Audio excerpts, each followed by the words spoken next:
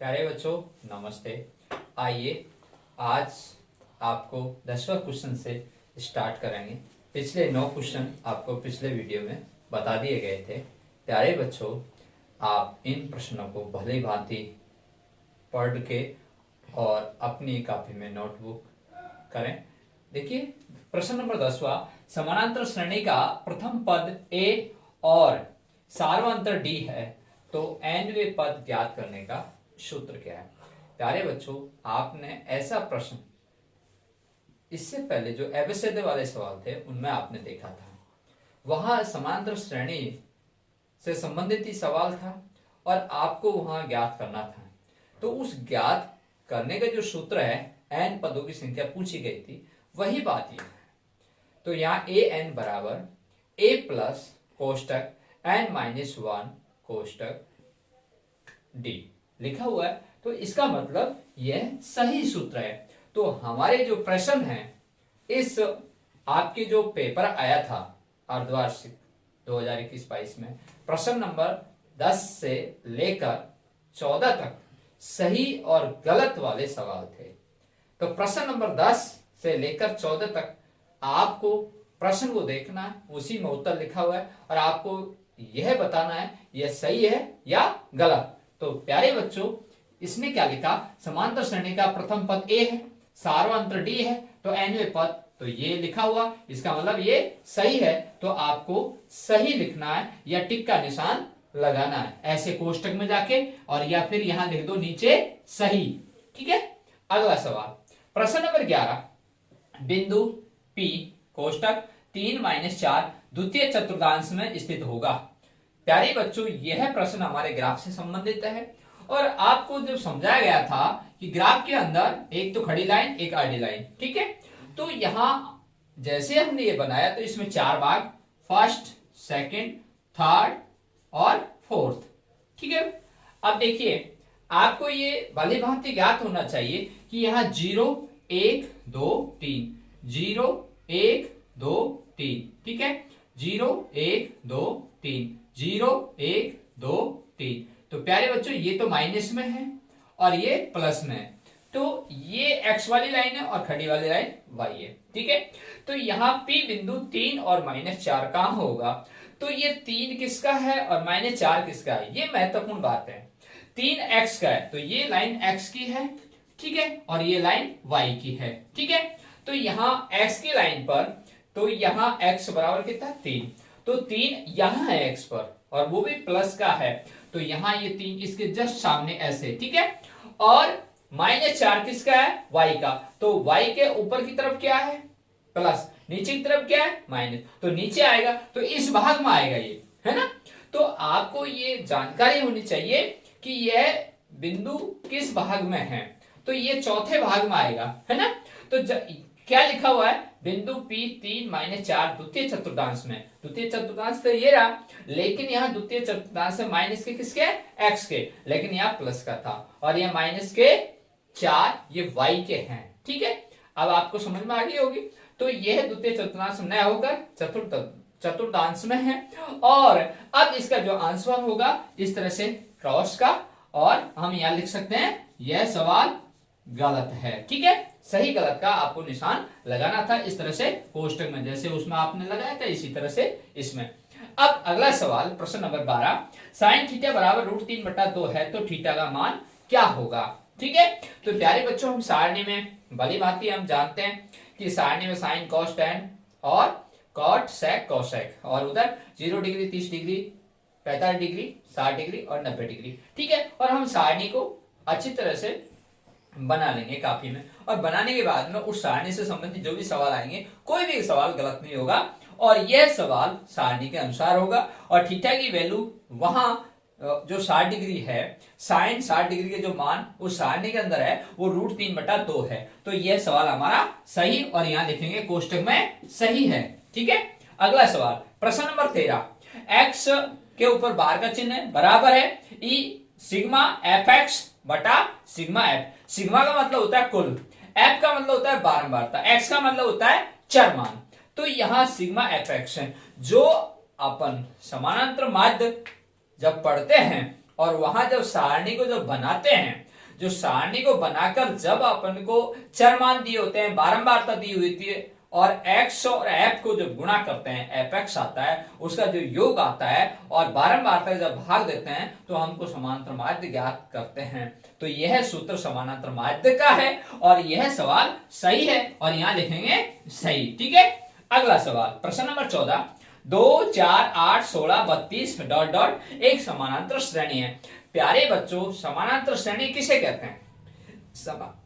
समानांतर श्रेणी का जो तात्पर्य यह है कि समान अंतर होना चाहिए। यहां देखना है 2 के 4 के बीच में 2 का अंतर है, 4 8 के बीच 4 का है, 8 और 16 के बीच 8 का है, 16 32 के बीच 16 का है। तो प्यारे बच्चों, अलग अलग अंतर आ रहा है, समझ में आ गए आपके? तो यह समानांतर श्रेणी नहीं है, और इस तरह का चिन्ह लगाएंगे और यहां लिख सकते हैं हम गलत कोष्टक के अंदर। तो प्यारे बच्चों, ये 4 सवाल आपके अर्धवार्षिक परीक्षा में आए हुए थे। अब अगला सवाल प्यारे बच्चों, ये प्रश्न नंबर 15, द्विघात बहुपद x square plus 7x plus 10 के शून्यांक ज्ञात कीजिए। समीकरण दिया हुआ, द्विघात समीकरण है, क्लियर। द्विघात यानी स्क्वायर 2 लगा हुआ है, ठीक, पावर 2 है। अब इसके शून्यांक ज्ञात करने हैं। शून्यांक किसे कहते हैं? जिस समीकरण का जब हम हल करते हैं तो उसके 2 आंसर आते हैं, तो उन्हीं को हम शून्यांक कहते हैं। प्यारे बच्चों, इसको हम कैसे हल करते हैं? देखिए, हल लिखा यहां, और x square plus 7x plus 10। प्यारे बच्चों, इसको इससे गुणा करना है, 10x स्क्वायर आ गए। अब 10 का ऐसा टुकड़ा करो कि जोड़ने पर 7 आ जाए। तो 5 गुणा 2 किया, 5 दूनी 10, और 5 और 2 जोड़ा 7, क्लियर। तो यहां x square plus 5x plus 2x plus 10। अब प्यारे बच्चों, ये x क्यों लिखा? क्योंकि मुझे 7x चाहिए था, क्लियर। और 5x गुणा 2x करूंगा तो 10x स्क्वायर आ जाएगा, क्लियर। तो यहां कॉमन क्या हो जाएगा प्यारे बच्चों इसमें से? x, ठीक है। तो यहाँ एक x बच जाएगा, प्लस और ये x कॉमन होते कट जाएगा वो, और इसमें कॉमन क्या है? 2 इसमें 2 का भाग जाएगा, तो यहाँ 2, ठीक है। ये प्लस का चिन्ह, तो ये x बच गया, और 2 का भाग इसमें दिया 5। तो प्यारे बच्चों, x प्लस 5 और x प्लस 5 अगले कोष्टक में भी आना चाहिए। अगर ये सेम आ गया तो आपका सवाल सही, ठीक है। तो यहाँ x प्लस 5 और यहाँ x प्लस 2, ठीक है। अभी आपका सवाल नहीं हुआ है, यहाँ आपको शून्यांक ज्ञात करने हैं। तो हमारे पास जो सूत्र था ax square plus bx plus c बराबर 0, तो उस पर यहाँ बराबर 0 जो इसके जो उभयनिष्ठ गुणनखंड आए हैं, तो 2x प्लस 5 बराबर 0, एक तो ये है, दूसरा x प्लस 2 बराबर 0। तो इसको हम हल करेंगे, पक्षांतरण करेंगे तो माइनस का 5, और इसको हल करेंगे तो माइनस का 2। तो यह माइनस का 5 एक शून्यांक, दूसरा शून्यांक है माइनस का 2, ठीक है। तो प्यारे बच्चों, आपने इसको भली भांति समझ लिया होगा। अगर कोई समस्या है तो आपको इस चैनल के माध्यम से कमेंट बॉक्स में लिखकर आप भेज सकते हैं। अगला सवाल प्रश्न नंबर 16, 48 और 105 का मैसेप ज्ञात करिए। आपकी जो पेपर है उसका प्रश्न नंबर 16 सवाल 48 और 105 का मैसेप है। महत्तम समाप्त वर्ते, ऐसे सवाल ही आपके बोर्ड एग्जाम में भी पूछे जाते हैं और एकदम आसान सवाल होते हैं, लेकिन हम जल्दबाजी में सही नहीं कर पाते। आराम से पढ़िए, समझिए क्या कहता है। मैसेप ज्ञात करना है। मैसेप का मतलब अब आपको यहां आना चाहिए। 2 तरह की विधि है, तो आपको सबसे पहले 48 का गुणनखंड करके देख लेते हैं, 105 का भी गुणनखंड करके देख लेते हैं। जो उभयनिष्ठ आते हैं उन पे अपन गोला लगाएंगे और जो संख्या नीचे आएगी उनको गुणा करके लिखेंगे। एक तो तरीका ये। दूसरा तरीका ये है कि 48 का भाग 105 में देंगे, जो लास्ट तक अपन भाग देते जाएंगे और पूरा पूरा जो भाग चला जाएगा वही उसका आंसर आता है। तो आपको देखिए, अब दोनों तरीके सीख लेते हैं। 48 में अपन गुणनखंड विधि से कर रहे हैं, 2 का भाग दिया, 2 का भाग दिया, 2 का भाग दिया, 2 का भाग दिया, अब 2 का भाग नहीं जाता, 3 का भाग, ठीक है प्यारे बच्चों। इसी तरह से 105 में 2 का भाग देते नहीं जाता है, 3 का भाग देते हैं तो क्या जाएगा? बिल्कुल जाएगा। 3 का भाग देते हैं तो तृतीया 9 और पांतिया 15, 35 बार गया ना, ठीक है। फिर हम 3 का भाग इसमें देते हैं, नहीं जाता है, क्लियर। तो यहां फिर किसका भाग जाएगा, 5 का, 5 का भाग दिया, फिर 7 बार गया और 7 का भाग इसमें दिया हमने 1 बार। ठीक है, तो ये हमारे पास में उपनिष्ठ गुणनखंड आ रहे हैं। अब देखिए प्यारे बच्चों, इसमें देखिए 2 गुणा 2 गुणा 2 गुणा 1 2 3 4, 1 2 3 4 ये लिख दिए। ठीक है, इसके तो ये रहे, और इधर वाले के 3 गुणा 5 गुणा 7। ठीक है प्यारे बच्चों, अब मैंने ये कहा था आपको कि इस तरह से आपको अभाज्य गुणनखंड करके भी हल कर सकते हैं। तो आपने इसको अभाज्य गुणनखंड करके देखा, इसमें क्या मिल रहा है उसको गोला लगाना है।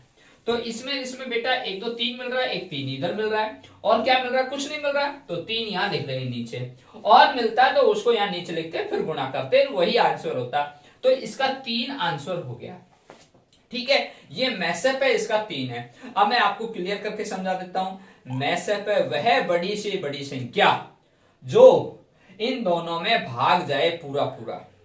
ठीक है, वह बड़ी से बड़ी संख्या जो इन दोनों में भाग जाए पूरा पूरा। देखो दूसरा तरीका ये भी है हमारे पास में, 48 का भाग 105 में दिया, मान लो मैं 48 दूनी 96। ठीक है, तो ये 48 दूनी 96 हो गया। अब इसकी बाकी करी मैंने, तो कितना आया यहाँ 9। ठीक है, 5 में से 6 घट नहीं रहे, एक आसे ले ली, 15, 15 में से 6 गए 9, तो यहाँ 9 रह गए, ये 9 रह गए। ठीक है, तो यहाँ 9 आ गए। अब हम 9 का जब शेषफल बचता है, मैंने क्या कहा, पूरा पूरा भाग नहीं जाता जब तक, तो अब अपन इस संख्या को यहाँ लिखेंगे और वापस भाग देंगे। तो ये थोड़ा जगह नहीं है, मैं इधर लिख लेता हूं। तो 9 का भाग 48 में देना है। ठीक है, तो 9 चौकू 36, ठीक है, और 9 पंजो 45, तो 5 बार 9 पंजो 45, कितना है बच्चों 3। ठीक है, अब 3 यहां लिखा, शेष बच रहा है। मैंने क्या कहा, जब तक भाग पूरा पूरा नहीं जाता है तब तक आपको देना है। अब 9 यहां लिखना है और 3 का भाग 9 में देना, तृतीया 9, पूरा पूरा भाग चला गया, शेष पर 0 आ गया। तो जो संख्या का भाग गया पूरा पूरा वही इसका आंसर आ गया। इसमें भी 3 आया, इसमें भी 3 आया। क्लियर। अब आपको ऐसे प्रश्नों में प्रश्न समस्या नहीं आई, क्वेश्चन है पिता की आयु पुत्र की आयु की तिगुनी है। बहुत अच्छा क्वेश्चन है। ऐसे क्वेश्चन हमारे कंपटीशन में भी आते हैं, और आपको ये छोटे छोटे सवाल ही आपको सफलता हासिल कराते हैं। जैसे हम आगे कोई भी कंपटीशन देंगे तो उनमें ये सवाल मिलते हैं, और मैंने देखा है ये सवाल ज्यादातर बच्चों का गलत था। बिल्कुल आसान सवाल था, समझने की बात है। क्या है देखिए, पिता की आयु पुत्र की आयु की तिगुनी है यदि पुत्र की वर्तमान आयु x वर्ष है। बहुत इंपॉर्टेंट बात तो यह है कि पुत्र की वर्तमान आयु x वर्ष है, तो 5 वर्ष पश्चात पिता की आयु ज्ञात करें। अब पेन उठाएंगे और यहां लिखेंगे हल, और क्या लिखना है, माना कि पिता की आयु y वर्ष है। क्यों? क्योंकि ऑलरेडी लिखा हुआ है x वर्ष। ठीक है, अब प्रश्न को वापस पढ़ेंगे। पिता की आयु, ठीक है, पुत्र की आयु की तिगुनी है, तो आपने यहां लिखा पुत्र की आयु। ठीक है, क्या लिख रखा है, x वर्ष प्रश्न अनुसार, और यहां पिता की आयु क्या लिख रखी है, y वर्ष। ठीक है, तो मैं इसको थोड़ा नीचे लिख देता हूं, यहां y वर्ष। ठीक है, तो अब देखना है यहां क्या लिखा, पिता की आयु पुत्र की आयु, ये किसकी है, पुत्र की आयु, पिता की आयु ये है। तो हम पिता की आयु है जो पुत्र की आयु से तिगुनी है ना। तो पुत्र की जो आयु से किसकी आयु है तिगुनी, पिता की। क्लियर। तो हम इसको बराबर करने के लिए आप समझे, जैसे मान लीजिए पुत्र की आयु 1 वर्ष है, पिता की आयु कितनी होगी 3 वर्ष। पुत्र की आयु 2 वर्ष है, तो पिता की आयु कितनी होगी 6 वर्ष। पुत्र की आयु 10 वर्ष है, तो पिता की आयु कितनी होगी 30 वर्ष। Clear concept. तो बेटा जब इन दोनों को मैं बराबर करूं तो किसको गुना करूं, पुत्र को। ठीक है, इसकी मान लो 1 वर्ष है, इसकी 3 वर्ष है, तो इसको 3 से गुणा कर दूं तो 3 3 हो जाएगा। इसकी मान लो 10 है और इसकी 30 हो जाएगी, तिगुनी है ना, तो इसको 30 करने के लिए 3 से गुणा कर दूं। अब तो समझ में आ गई, तो ये अब बराबर हो गई। क्लियर। तो 3x बराबर वाई वर्ष, यानी कि दोनों बाप बेटों की बराबर उम्र हो गई है ना। तो अपन इस सीक्वेंस से देखते हैं, आगे पढ़ते हैं। यदि पुत्र की आयु लिखा हुआ है तो 5 वर्ष बाद दोनों की 5 वर्ष बढ़ रही है, तो इसमें भी अपन 3x प्लस 5 बराबर y प्लस 5 कि दोनों की बढ़ रही है ना, ठीक है। तो यहां 5 वर्ष बाद पिता और पुत्र की आयु में जुड़ेगा, तो इसमें जुड़ा इसमें जुड़ा, ठीक है। अब हम इसको पक्षांतरण कर लेते हैं, 3x इधर लाएंगे तो माइनस का y हो जाएगा बराबर, इधर 5 है ऑलरेडी, इधर का 5 इधर ले जाएंगे तो माइनस हो जाएगा, ठीक है। तो 3x माइनस वाई बराबर 5 + 5 = 0। तो ये हमारी क्या बन गई, समीकरण। अब इस समीकरण कैसे कहलाई, क्योंकि यहाँ x और y का कोई मान नहीं दे रखा है। जब दो मान निकालते हैं तो उसको हम समीकरण कहते हैं। और इतना ही इसका सवाल था, और ये हमको समीकरण करके देना था। और अब आगे ये सवाल नहीं होगा, और यहाँ 3x माइनस वाई बराबर 0, यहां तक ये सवाल है और इसका आंसर यही है। तो प्यारे बच्चों, बहुत अच्छा सवाल था। अब अगला सवाल, प्यारे बच्चों ये सवाल देखिए, प्रश्न नंबर 18, समानांतर श्रेणी 1, -2, -5, -8 अगले दो पद ज्ञात कीजिए। बहुत अच्छा सवाल था, और ये ऐसे सवाल हमारे जो 5वीं प्रश्नावली में हैं, और ये 100% आते हैं बोर्ड एग्जाम के अंदर, जब आप 2022 की एग्जाम देंगे तब। देखिए प्यारे बच्चों, ये सवाल सबसे पहले इसमें सार्वंत्र देखा जाएगा। इसमें सार्वंत्र सही है तो हमारी समानांतर श्रेणी, नहीं है तो गलत, समानांतर श्रेणी नहीं होगी। तो प्यारे बच्चों देखता हूं, या A1, A2, A3, A4, ठीक है, पहला पद, दूसरा पद, तीसरा पद, चौथा पद, ठीक है। तो मैं सब पदों में अंतर देखता हूं। क्या, तो मैंने -2 और 1 घटाया तो क्या आया। बहुत से बच्चे जल्दबाजी करते हैं, सर 1 आया, गलत। क्यों, क्योंकि हमारा जो सूत्र है A2 माइनस A1, ठीक है। तो मैं यहां लिखता हूं A2 माइनस A1 बराबर D। तो A2 क्या है, दूसरा पद, ठीक है, और ये माइनस का सूत्र क्या है, और यह A1 क्या, 1 है, ठीक है बेटा। तो अब देखो, -2 और -1 ये जुड़ेंगे, लेकिन चिन्ह किसका आएगा, माइनस का। बहुत इंपॉर्टेंट बात थी इसमें, ठीक है। तो ये -3 इसका सार्वंतर निकल चुका है। जब सार्वंतर निकल चुका है तो अगले पद भी हम ज्ञात कर सकते हैं। कैसे, A4 में D जोड़ेंगे, सार्वंतर जोड़ेंगे, यानी कि जो लास्ट का जो पद है उसमें सार्वंतर जोड़कर अगला पद ज्ञात कर सकते हैं। तो -8 में -3 जोड़ते हैं तो -11 आएगा, क्लियर। तो अगला पद क्या आया, -11, और इससे अगला पद क्या आया, -14, क्लियर। तो हमें सार्वंतर ज्ञात होना अनिवार्य है, तभी हम आगे सवाल कर सकते हैं। अगर सार्वंतर सभी पदों में समान है तो वह समानांतर श्रेणी होगी। अगले प्रश्न, मान ज्ञात कीजिए sin 60 degree plus cos 30 degree. प्यारे बच्चों, इसी पेपर के अंदर अब यह तीसरा सवाल जो हमारे सारणी के अनुसार होगा, और आपको मैं बार बार कहता हूं कि आप सारणी बनाना सीखें। सारणी अगर आपने बनाना सीख लिया तो आपका कोई सा भी सवाल गलत नहीं होगा। देखिए प्यारे बच्चों, sin 60 डिग्री का मान हमारे एबेसेडर में दिया हुआ था, और वहां खालिस्तान के अंतर्गत नहीं पूछा गया, सही और गलत वाले सवाल में पूछा गया था। तो वहां साफ लिखा हुआ था कि आपको इसका जो मान है sin थीटा बराबर √3/2, तो थीटा का मान 60 डिग्री है या नहीं, सही है या गलत, तो ये सवाल पूछा गया था। और वही बात यहां आ गई, sin 60 डिग्री का मान कितना होता है, तो √3/2, ठीक है। तो हम सारणी के अनुसार इसको हल करते हैं ऐसे सवाल को। तो sin 60 डिग्री का मान होता है √3/2। तो अब हम सारणी में अंदर गए तो cos 30 डिग्री का मान देखा, तो प्यारे बच्चों इसका भी √3/2 होता है, ठीक है ना। अब क्या कह रहा है, इन दोनों को जोड़ो, इन जो मान आपने लिखा है इन दोनों को जोड़ना है, क्योंकि प्लस का चिन्ह है। तो √3/2 प्लस √3/2, ठीक है मेरे बच्चों।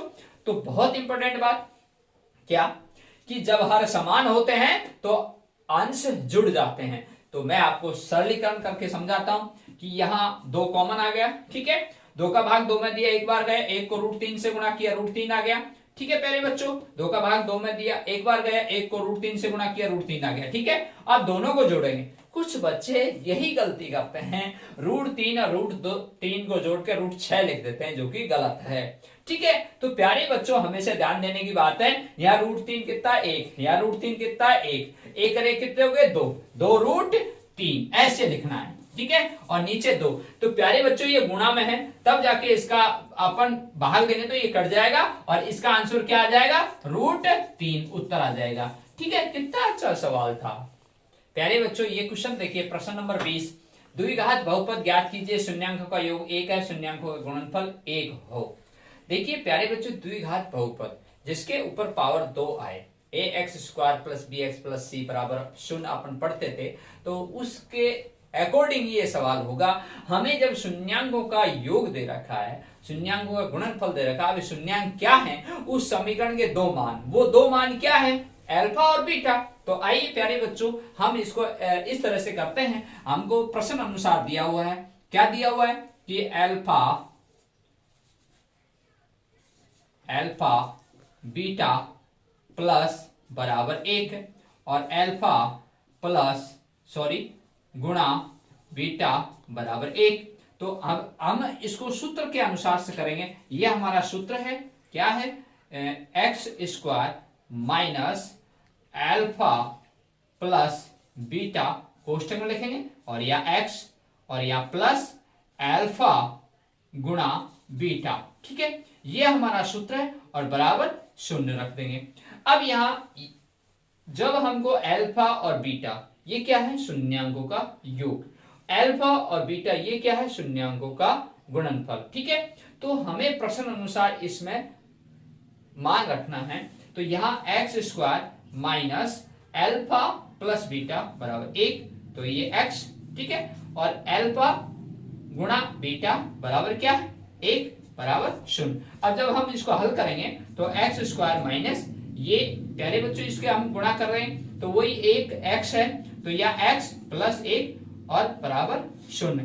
तो ठीक है, तो ये हमारे द्विघात बहुपद आ चुकी है, द्विघात बहुपद पावर 2 आ चुकी है, x² माइनस x प्लस 1। तो ऐसे सवाल आपको अगर कोई समस्या है तो हमारे डिजिटल लर्निंग क्लासेस नालन में कमेंट बॉक्स में लिखकर आप हमें अवगत करा सकते हैं। अगला जो सवाल है, अगले वीडियो में आपको सारणी बताई जाएगी। अर्धवार्षिक परीक्षा 2021-22 के जो प्रश्न पत्र है उसके अंदर एक 25वां प्रश्न है, वो हम सारणी के अनुसार करेंगे। और अगले वीडियो में हम सारणी कैसे बनाते हैं। अगर आपको सारणी बनाना आ गया तो आपके बोर्ड एग्जाम 2022 में सारणी से संबंधित जो भी प्रश्न आएंगे सारे के सारे सवाल एकदम सही होंगे। तो हम आशा करते हैं अगले वीडियो में सारणी बनाना सीखेंगे। सभी बच्चों को धन्यवाद।